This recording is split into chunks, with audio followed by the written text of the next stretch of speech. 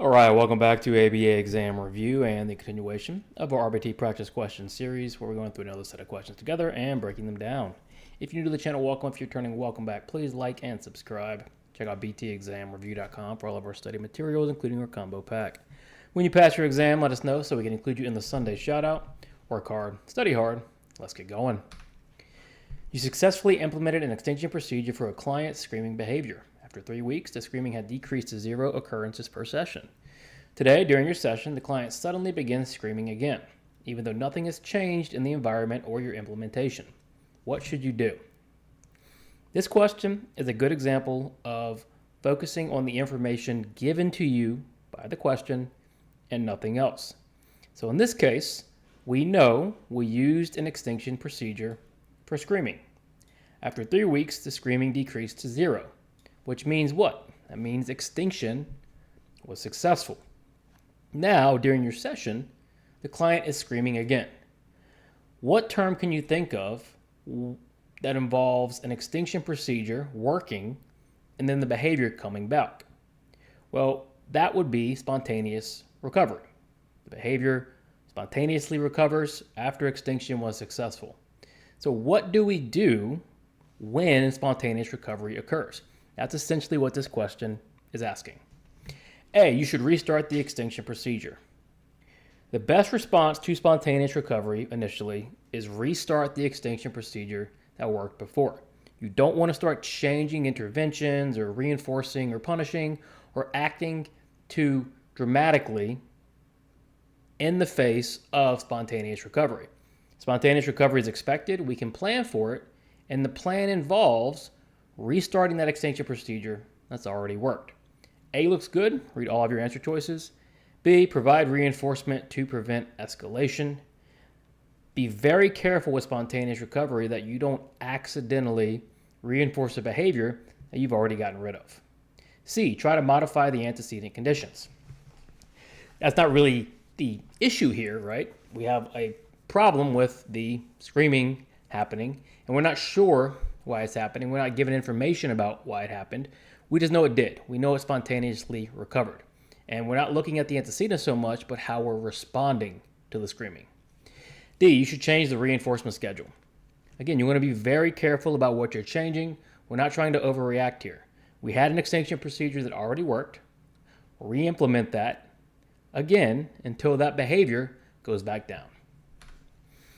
You're developing a behavior intervention plan for a client who hits others to gain access to preferred toys. The team is selecting an appropriate replacement behavior to teach. Which of the following will be the most appropriate functional communication response to teach? When we're choosing a replacement behavior for a separate target behavior that we're trying to get rid of, what are we focused on? We're focused on the idea of functional equivalence. When you get rid of a behavior, that behavior served a function. When we're looking at a replacement behavior, we want a behavior that meets the same function. So we have a situation where we have a plan for a client who hits others to gain access. What are we going to replace hitting with? Well, we need to replace it with something to gain access. And the question says we want a functional communication response. So let's look at A. We're going to teach the client to say, I'm angry when they want a toy.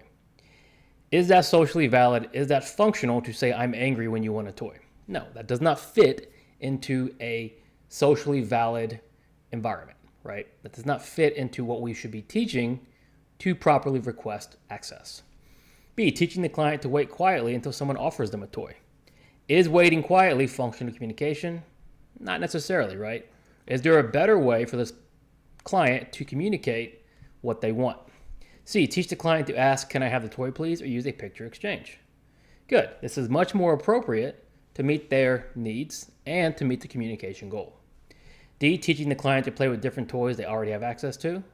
Again, does not meet the goal of functional communication, does not meet the goal of gaining access to preferred toys.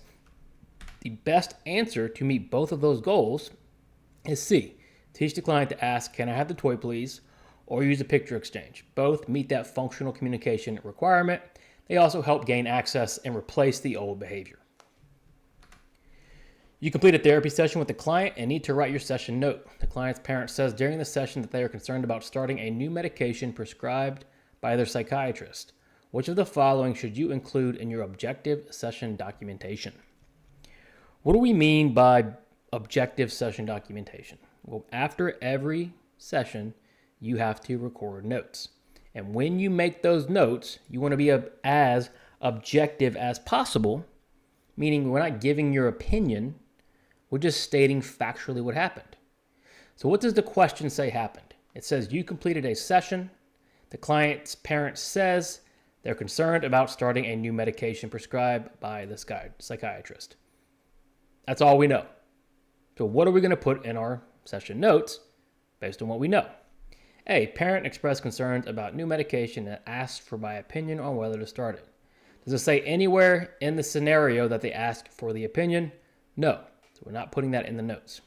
B, parent stated they have concerns about starting the new medication prescribed by the psychiatrist. That's exactly what happens. They are concerned about starting a new medication prescribed by the psychiatrist. Put what objectively happened, not what subjectively happened. C, parents seem worried and anxious about medication, which shows they are not confident in the psychiatrist. C, is really bad. You're making a lot of assumptions not given by any information in the question. D, parent is afraid of the medication and probably won't give it to the client. Again, we're making assumptions. The only thing the scenario says is that the parent was concerned about starting a new medication prescribed. That's it. So what do we put? Exactly that. Parents stated they have concerns about starting the new medication prescribed by the psychiatrist. Your client loves playing with bubbles but dislikes completing puzzles. You tell the client first puzzle, then bubbles, and require the client to complete one puzzle before accessing bubble play. After implementing this consistently, the client's puzzle completion increases. What behavioral principle are you using?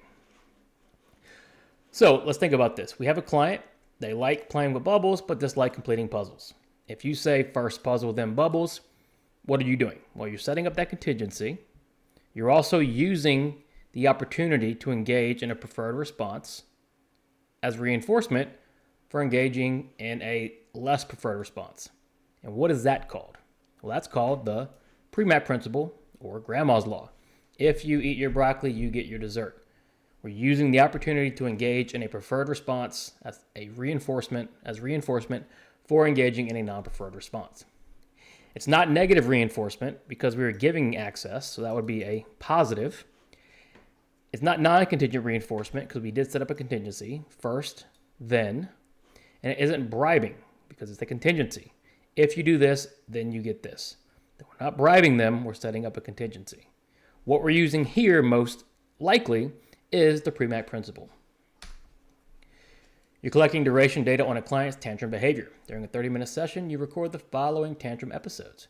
Episode 1 lasted 3 minutes, episode 2 lasted 5 minutes, and episode 3 lasted 2 minutes. What is the total duration of tantrum behavior, and what percentage of the session did the client engage in tantrums? So a bit of a two-parter here. First, we're looking for total duration. What is duration? It's the length of the behavior. We're looking for the total here. In this case, we have 3 minutes, 5 minutes, and 2 minutes. That's our durations. So to get the total, we need to add 3 plus 5 plus 2. Pretty straightforward. Now, we can eliminate B. Okay, we're not looking for the frequency of episodes. We're looking for total duration. And then, what percentage of the session did the client engage in tantrums? Well, we have 30 minutes. We know tantrums lasted 10 minutes in total. So what we can do is divide 10 by 30, and that is going to give us 33 or 33% of session. So total duration of tantrums, 10 minutes. Percentage of session, 33%. Thanks for watching. Check out btexamreview.com for all of our study materials. When you pass your exam, let us know so we can include you in the Sunday shout-out. Work hard, study hard. See you soon.